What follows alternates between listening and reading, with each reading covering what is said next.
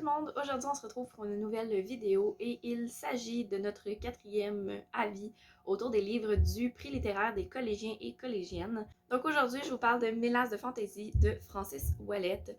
Donc pour ceux qui ont peut-être un petit peu suivi sur Instagram mon avancée dans cette lecture-là, vous serez au courant déjà que ça a été un énorme coup de cœur, Mélasse de fantaisie. C'est vraiment, sans voler de punch, pour le dernier avis, c'est le seul livre que j'ai réellement apprécié et réellement aimé. Alors que je sais pas si vous vous en souvenez, mais quand je vous présentais les livres du prix littéraire dans mon bilan du quatrième trimestre 2022, j'étais très sceptique par rapport à celui-ci. C'était celui que j'avais le plus de misère à voir où est-ce que ça allait m'amener, puis est-ce que j'allais aimer ça. Fait que comme quoi, des fois, on a des vraiment très bonnes surprises parce que ce que je pensais que j'allais triper lors de la présentation, finalement, ça a vraiment été des flops totales. Puis ce que je pensais que j'allais pas aimer, finalement, c'est mon coup de cœur. Donc voilà, je trouve ça quand même intéressant à voir, comme quoi des fois, on connaît pas si bien que ça nos goûts. Ou en tout cas, on a des belles surprises parfois aussi, même si on pense qu'on n'aimerait pas un livre. Donc voilà, c'est ça que je me glisse. Euh, je voulais aussi ajouter que même si ça a été un énorme coup de cœur, ben en fait, parce que ça a été un énorme coup de cœur, je pense que c'était juste en fait un coup de cœur qui était très naturel, qui était très qui coulait juste de sens, en fait. Fait que j'ai beaucoup de misère, en fait, à aller cibler exactement qu'est-ce qui m'a plu dans le livre, qu'est-ce qui a fait, en fait, que ça a résulté en un coup de cœur. Donc, de faire un avis complet, comme peut-être ça l'a été pour les autres livres, ça va être un petit peu plus difficile. J'essaie de garder mes notes de discussion pas trop loin, comme à toutes les fois, mais pour aller chercher peut-être qu'est-ce qui pourrait me manquer. Mais c'est sûr que c'est beaucoup par rapport à la discussion que je vais vous dire les points, parce que moi, personnellement, j'ai énormément de misère à aller cibler, mettre le doigt exactement sur qu'est-ce que fait tout le positif du livre pour moi. Puis en même temps, ce que je vais vous dire là, ça s'applique vraiment beaucoup à mon avis. Ça a permis en fait la discussion de mettre des mots sur mon avis. Même si j'ai beaucoup de misère à m'exprimer autour de ça.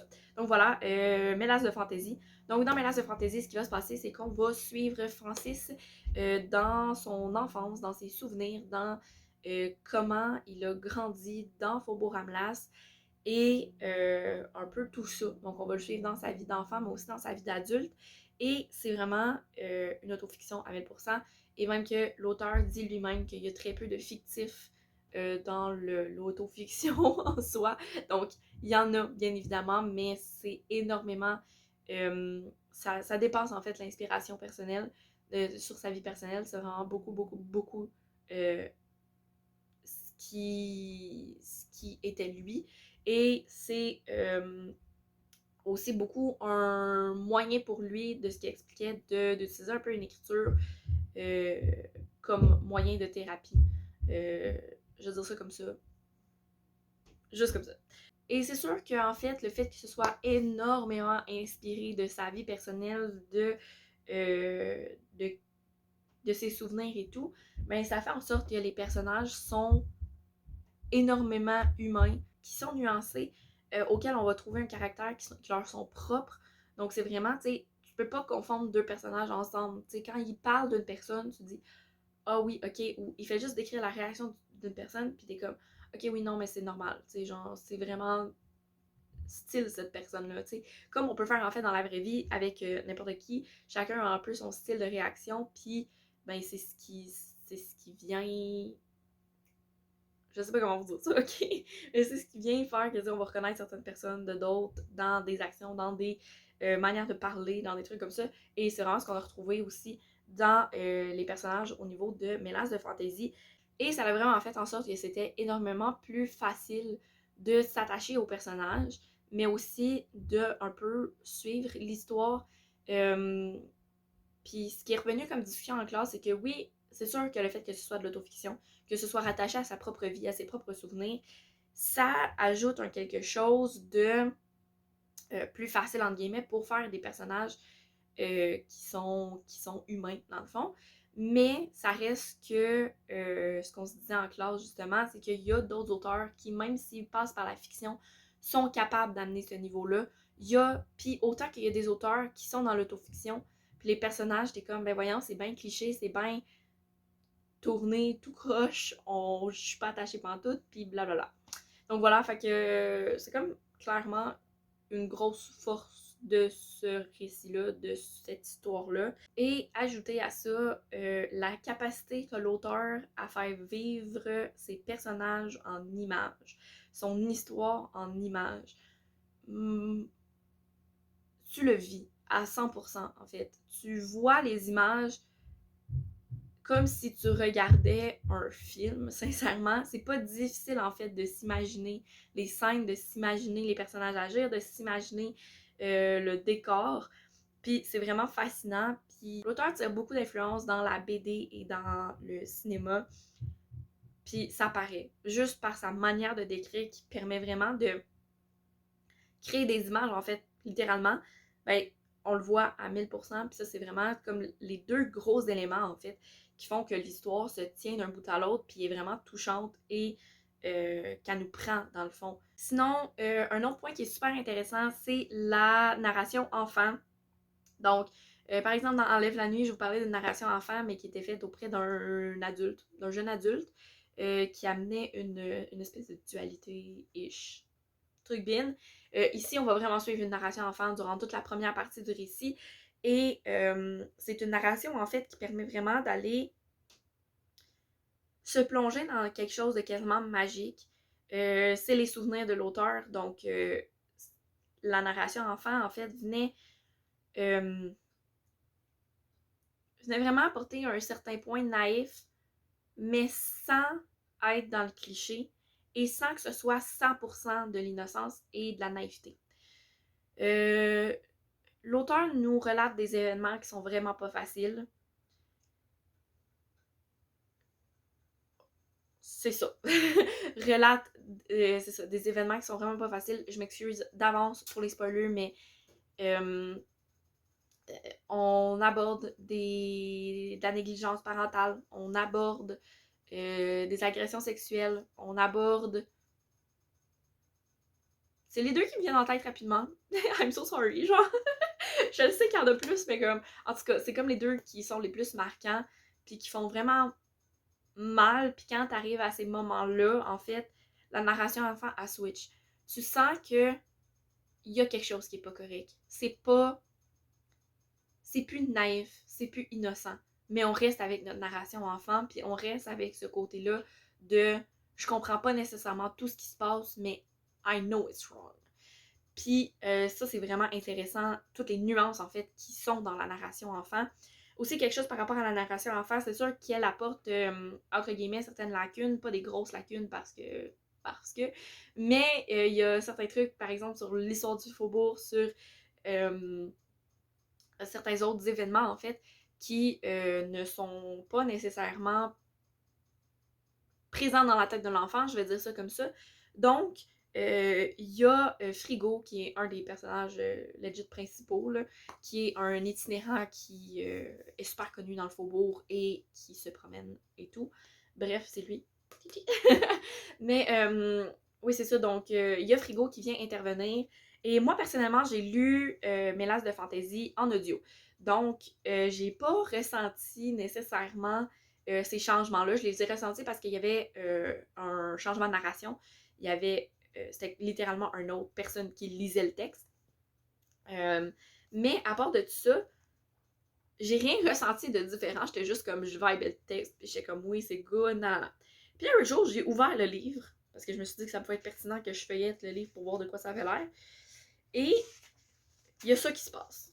Ok? Je sais pas si vous voyez les notes de votre page. J'essaie de vous montrer au mieux, mais tu sais, la note de votre page fait la moitié de la page sur, je vais vous compter ça, sur genre 5 pages, ok? Puis, autant moi, ça m'a pas dérangé parce que je le lisais en audio, autant, puis, oh oui, ces notes de bas de page-là, c'est vraiment quand Frigo, il vient raconter des choses, il vient expliquer des choses plus profondément, que c'est des trucs que Francis n'a pas compris, mais que là, il approfondit, puis tout, c'est comme une espèce de omniscience, on sait qu'est-ce qui se passe dans la tête à Frigo. Bref, donc c'est un peu ça. Plus tard, il y a aussi une lettre qu'un de ses cousins lui a écrit lorsqu'il s'est suicidé. Un autre sujet. j'ai de repasser. Mais oui, c'est ça. Donc voilà, il y a comme 3 ou 4 fois là, que ces notes de bas de page-là. Et autant, moi, c'est ça, comme je vous disais, ça m'a vraiment zéro dérangé parce que je l'avais à l'écoute. Puis ça faisait juste changer de narrateur. Fait que j'étais comme, OK, I guess qu'il se passe de quoi. Tu sais, c'est différent, mais je voyais vraiment pas. Et c'est vraiment quand j'ai ouvert le livre que j'étais comme, oh là là là là là là, ça m'aurait dérangé. Je sais aussi quelque chose qui est revenu. Il y a certains dans le groupe qui n'ont pas lu les notes de bas de page et pourtant elles sont importantes. Mais juste de voir que la note de bas de page faisait 5 pages, puis après ça, il faut que tu reviennes, puis blablabla. Bref, ça en a découragé quelques-uns. Mais la note de bas de page était vraiment intéressante et pertinente et nécessaire. Elle amenait aussi du dynamisme, veut pas, au récit, à la narration, à tout ce qui se passait à ce niveau-là.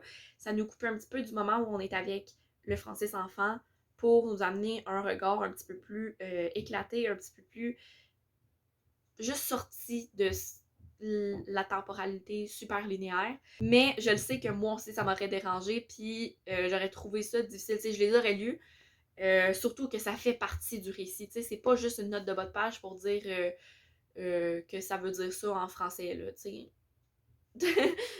C'est pas juste ça, la note de bas de page. C'est vraiment, ça fait partie du récit. C'est une manière de construire le récit qui est quand même vraiment différente. Je pense que c'est la première fois que je vois ça. Mais c'est sûr que ça... je sais que ça en a bloqué quelques-uns, que moi, ça m'aurait probablement plus dérangé l'avoir lu papier, mais c'est pas ce que j'ai vécu. Donc, j'ai enjoy tout autant ce livre, même si ces notes de bas de page-là et tout. Et on a un changement de narration qui se produit lors de la deuxième partie, où là, on s'en va vraiment plus toucher le Francis adulte. Et c'est un changement qui est intéressant, qui peut passer un petit peu... entre guillemets, inaperçu, j'ai envie de dire, parce que on est tellement habitué, la deuxième partie est vraiment plus courte que la première, puis on est tellement habitué d'être avec notre petit Francis enfant que à un certain point, quand on arrive à la deuxième, ça prend un certain temps à comprendre, ok, attends une minute, là, je suis plus avec l'enfant, je suis avec l'adulte, qu'est-ce qui se passe? Et oui, il y a ce petit moment-là de confusion, mais aussi, c'est vraiment pertinent, en fait, qu'il y a aussi ce changement-là, parce que ça nous amène à voir autre chose. Je vous expliquais qu'avec l'enfant, on avait une naïveté, une innocence sans que ce soit trop. Qu'on comprenait quand même quand c'était pas correct, qu'on comprenait euh, quand c'était quelque chose de traumatisant et tout. Mais avec l'adulte, en fait, on vient se faire mettre dans la face. Ok, c'est traumatisant cet événement-là pour ma vie. Mais on vient aussi, en fait, euh, voir un Francis qui se détache de sa vie pour aller vers celle des autres, pour comprendre qu'est-ce qui s'est passé dans la vie des autres, puis comprendre en fait que oui, sa vie a eu des passages traumatisants, mais qu'il y en a eu dans la vie des autres aussi, de son entourage, de mainly son entourage. Et ça permet de vraiment plus venir accentuer les conséquences que aussi ces traumatismes d'enfance ont sur lui adulte. Donc voilà, c'était un passage qui oui était plus court, qui oui était un petit peu plus sur la confusion au départ quand tu le commences parce que tu t'y attends pas à ce changement de narration-là. Mais c'est un passage qui est vraiment important et qui ajoute en fait une coche sur l'histoire. Donc voilà, c'est un peu rapido presto l'avis que j'ai à vous faire de Mélasse de fantaisie. J'espère avoir réussi à le faire avec éloquence parce que je suis vraiment pas sûre de ce que je vous dis là. Comme je vous disais au tout début, ça a été tellement un immense coup de cœur, mais un coup de cœur que je ne sais expliquer. Que de réussir à mettre des mots dessus, c'est quand même difficile encore aujourd'hui, même avec une discussion de 2 heures derrière la cravate. Donc voilà, j'espère que vous aurez apprécié mon avis. Pour ce qui est de mon classement, je pense que c'est sans surprise que Mélasse de fantaisie vient se glisser on the top of la liste. Donc voilà, encore une fois, je le répète, mais c'est un classement qui n'engage que moi. Et voilà, mais clairement, c'est mon coup de cœur. Je pense que jusqu'à maintenant, ça reste encore ma meilleure lecture de mars. Donc, c'est vraiment comme on the top. C'est vraiment mon gros coup de cœur. Mon gros coup de cœur de cette saison de prix littéraire. Donc voilà. Il va nous rester encore un avis à faire et après ça, ben, ça va être fini pour le prix littéraire des collégiens. Donc, j'espère que vous aurez apprécié cette vidéo. Si c'est le cas, n'hésitez pas à la liker et à commenter votre avis, vos impressions. Et vous pouvez aussi vous abonner à la chaîne pour être sûr de manquer aucune des vidéos que je sors à presque toutes les semaines.